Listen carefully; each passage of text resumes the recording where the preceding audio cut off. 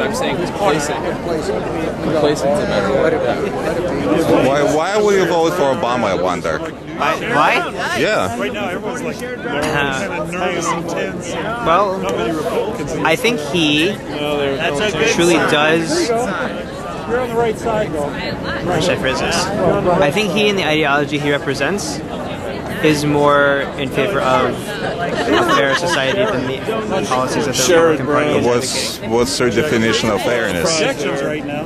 What percentage of the mostly in terms of trying to they wait until, like, if it's a Democrat, they wait until the big cities trying to are in.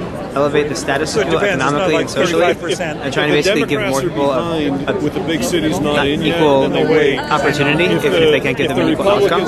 How so? Cities are in, it's, then they call Mostly, I mean, in large part because the economic plan is something much more, or at least more than just tax cuts, which essentially is what Romney's was. In terms of, he talks a lot more about things he would invest in and social policies that he would promote. And What's fair for you? What's fair for me? He worked for Carter. Finding good question. Finding the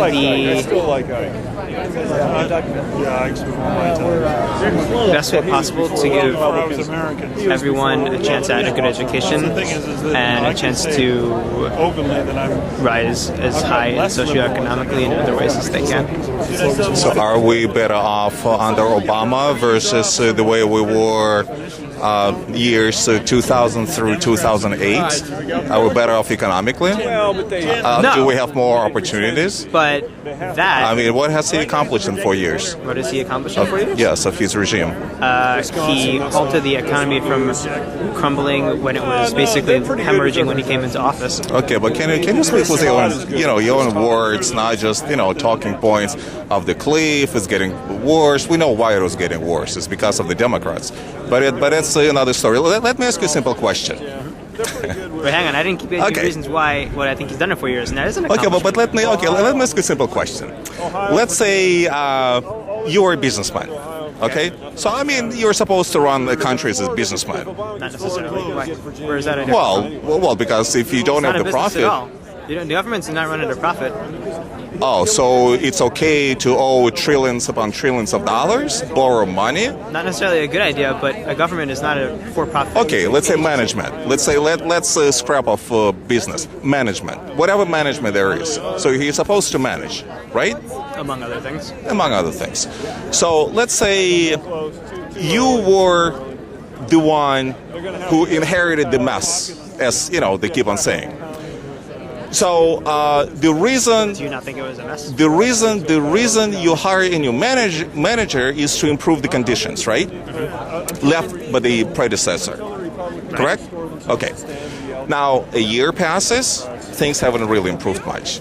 The guy keeps on saying, "Oh, the manager before me screwed it up so bad that I need another year to improve the things." So the second year passes, and the third year passes, and the fourth year passes, and your new manager keeps on giving you excuses that, well, it's still not really as good as it should have been, well, because the previous manager screwed up so badly that I need another 4 years. I mean, would it keep this manager at work?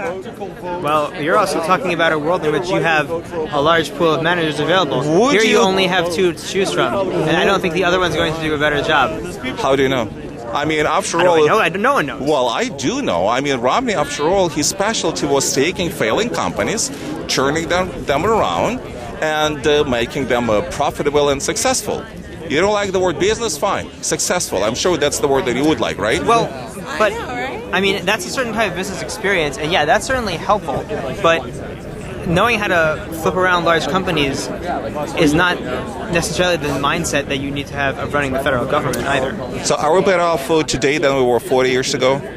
I think so, yeah. Are you personally better off today than you were 4 years ago? I'm not worse. I'm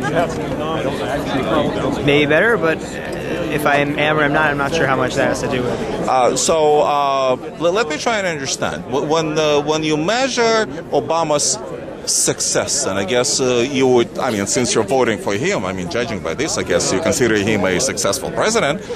When he took office, he has not been. when he took office, the unemployment was 7.9%. What is unemployment today? 7.9%. 7.9%. So it hasn't gotten 6 better. months after he took office, it was much higher. Much higher. What was the lowest unemployment rate under Bush? Do you remember? I'm guessing somewhere around 5. Has there been a single month in Obama's presidency when our unemployment was even remotely close to that number? No, but I think it basically would have been impossible for anyone in the past. Well, do you remember? I understand you were young enough. I wasn't born here, so I don't remember Reagan years. But remember when there was a Carter, and there was Reagan? Alive, but Well, I mean, they were not old enough. That's what I meant. I know very much about the 1980 election. So, what is the Reagan's miracle then? Because under Reagan, we were adding some of the best months, more than 750,000 jobs a month. 700 The unemployment over went 7. that high. I don't know if the actual job numbers last week. Yes. That, I mean, you can check the numbers. It's a simple search. So, as you can see, it can work. I mean, Reagan did it. So maybe there was something wrong with Obama, don't you think? I mean, how can you blindly vote for Obama when he hasn't really done anything? Well, I don't think. I'll give you. Okay, You let continue me. to go on the assumption that I think he hasn't done Okay, anything. another question. Fine. Okay. Let's assume that you think that he has accomplished something. Let's say we have a contract, and here's the contract. You tell me, please give me $800 billion. These are the charts. This is my economic analysis, so that when I take and spend your $800 billion by this time, that is November of 2012, we would have unemployment 5.6%. That was their projection. Is unemployment 5.6%? No. So would you still consider that a success? When you promise, you spend the money, and you don't fulfill the promise. And you spend your money and my money, taxpayers' money, It didn't down the get drain. quite to where he wanted it to be, or hoped it would be, or necessarily thought it would be, but it has gotten better. So, It's to not- you, success can't really be. You don't. I don't- There isn't a yardstick that can be used to measure success. In your case, then. I mean, There I'm just is. trying I mean, to if reason with you if using the common unemployment was sense. still at like 11% or something like that. But it's hypothetical. I mean, we have a contract. So what would you think of me if I took your money? If I promised you, I take your money. Please trust me. Give me $800 billion.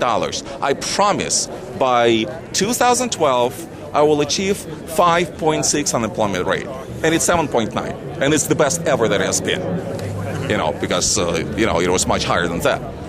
So, is it? I mean, would you trust me again? Would you give me another $800 billion if I promise you something I have to else? see why. Maybe you have nothing. You had 4 years to analyze that. 2.2. Maybe you're not in this case. Let responsible for that. me ask another question. You're Jewish. I'm Jewish too, by the way. I mean, there's another issue that should concern us, and that's the state of Israel. So are you happy with the way Obama was treating our one and only ally in the Middle East? Actually, one of our closest allies? I was not so happy with the way he handled things for about the first year, mostly because I thought that he had this really odd idea that settlement freezes would make a big impact. And actually, one of the things I am I'd say most proud of is that he's realized that the issue with the Palestinians is far more complicated than that, and has backed off from making such one-sided pressure statements, and has really come out very strongly in favor of Israel. I missed that. In the first year or so, in 2009, 2010, he was really into settlement freezes as like some sort of key to maybe making some kind of deal with the Palestinians. He realized that settlement freezes are, if anything, a last point of negotiation issue, that there are much larger issues bridging that gap. So how would you measure his success then again? I mean, how was he successful in terms of Israeli policies and politics? Where's his success? What has he accomplished? Has our relationship with Israel and Netanyahu gotten better? The country's relationship with Israel is just as fine as it always was. His relationship with Netanyahu is fractious, but that's their personalities in large part. So Netanyahu's not the easiest person to get along with either. Let me ask you a simple question. I mean, commonsensical question. Can you give me like 3 reasons why would you vote for Obama? Oklahoma? Can I give you? Oklahoma. Yeah. Or can you give me? Like three reasons why would anyone, and you in particular, vote for Obama? Vote for Obama, period, or vote for Obama relative to Romney? I'm sorry? Vote for Obama, period, or vote for Obama relative to No, Romney? vote for Obama, period. Okay. Well, realizing that's not the election we're running in, but okay. So he accomplished something that presidents have been trying in ways for about 100 years, which is a reform of the American healthcare system, which isn't perfect and which has a lot of flaws, but which is on the road to something more equitable for a lot of people than we've ever had. And he did that in less than a year and a half, whereas it took other presidents almost a century. Okay, reason number 2. Like I said, he did get the country's economy back on track from a point at which it was in a very, very deep recession and numbers were really awful. He went from losing 750,000 or 1 million jobs per month to closing in on 200,000. And you don't care about the national debt. It's like as if things are produced or done in the vacuum and money is spun out of thin air. You just said, well, you don't think like a country has to be run like a business, so money, profit doesn't really matter.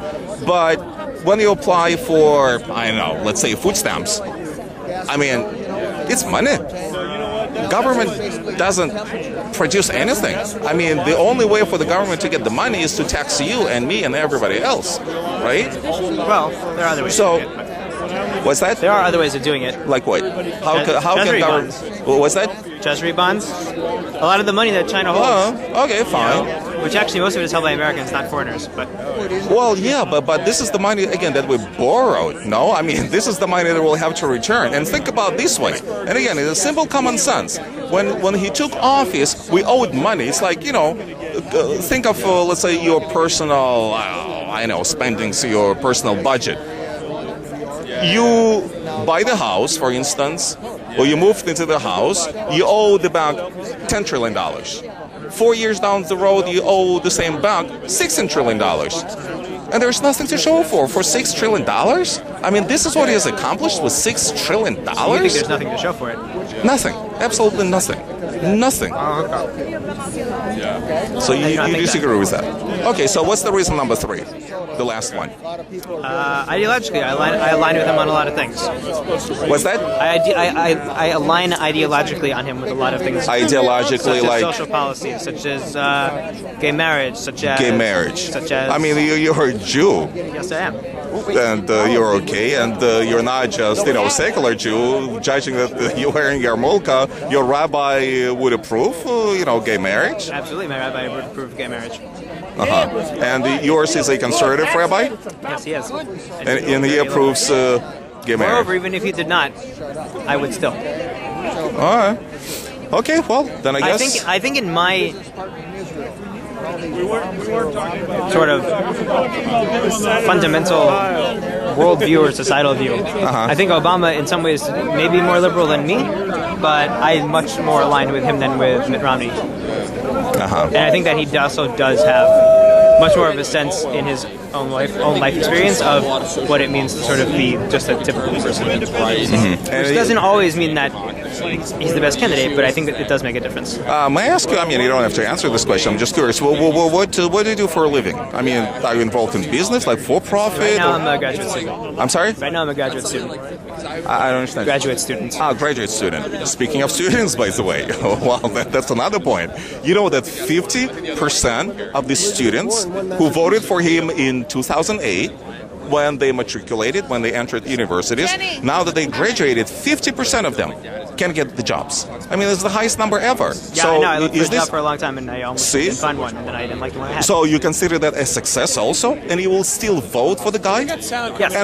And Romney is the one who actually priced himself in creating business and therefore jobs. He never really created businesses. He basically flipped large companies around. He never ran a small business. Staples. And he's the one that talks about why we need small businesses is the key to our economic growth. And he never ran one in his life. All right. Well, I mean, I'm not the one who All will the give you the businesses he spiel. ever I'm sure you, affiliated again, with were huge. you can get online. You can read the whole biography of Romney. You get your information from, I don't know, MSNBC, then, well, I guess the earth is flat. Wow. Okay. I get exposed to a large quantity of both MSNBC, but also Fox News and WABC Radio. And how do you, I mean, I also every now and then would switch to other sources, but I sort of, pass it through my own thought process and just commonsensical approach. I mean, we just covered several issues. To me, they make no sense. You're a reasonable person, I'm sure. I guess I'm a fairly reasonable person. And yet, it seems like we look at the world from two totally, completely opposite perspectives. I mean, how so? Not necessarily the world. I think the Obama presidency more so than the world. But the whole world revolves around that. I mean, if God forbid he gets reelected, we're doomed. I mean, the whole world is doomed, really doomed. That's where I don't like when conversations start going off course to things like that. Well, you know what I'm either saying? side said the other. I'll tell you why. I have a bit more experience than just American experience. I was born and raised in the USSR. And by looking at Obama and his policies, what I see is a socialist. And when you look at his biography, all his mentors, including his parents, including his grandparents, everybody he associated himself with, including his personal advisor, Valerie Jarrett, they're all hardcore communists or sympathizers and a socialist. And I can see that, from a mile away. And that's why I'm very, very scared. I'm extremely scared. And the 4 years of his presidency just, show what a disaster he has We been. have totally fundamentally different views. I do not think he is in the least a communist or socialist sympathizer. Is he a capitalist? Yeah. Is he for profit? What does that mean? Is he Well, does he think that making a profit is a good thing? Sure, why wouldn't he think of making profit as a good thing? He does not like when companies run amok and make a wreck of the U.S. economy, and I don't blame him because he spent 4 years trying to recover from the effects of that. And what's the result?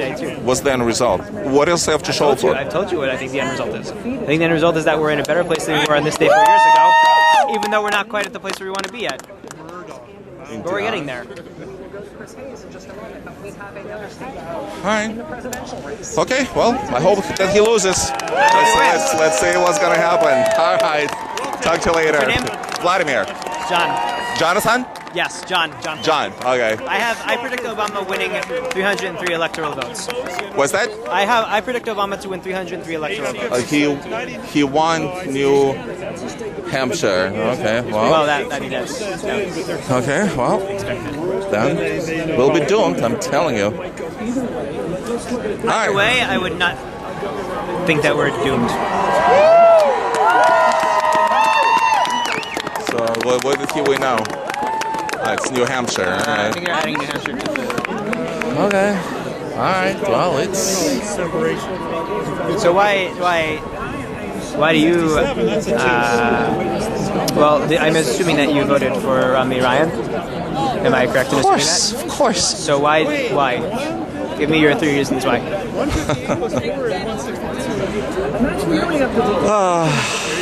I don't even know where to start. Wherever you want. To start with, when we talk about economy, the approach towards the economy is completely different from the perspective of a businessman versus a community organizer. For instance, to get we owe $16 trillion, right? Yeah. Where are we going to get the money? I don't know. Oh, see, well, Romney knows, and I know, and it's very simple. We have money literally under our own feet, and that's oil, that's gas, that's coal, that's nuclear energy, because in the end, everything boils down to energy. Without energy, without electricity, we'll be back to the Middle Ages, right or I wrong. think we know that now. What's that? we know that now. Exactly. Yeah, living in New York City and being without electricity for a number of days. Well, but Hey. you got to remember how he was running. How much business Rockefeller. When I run the economy,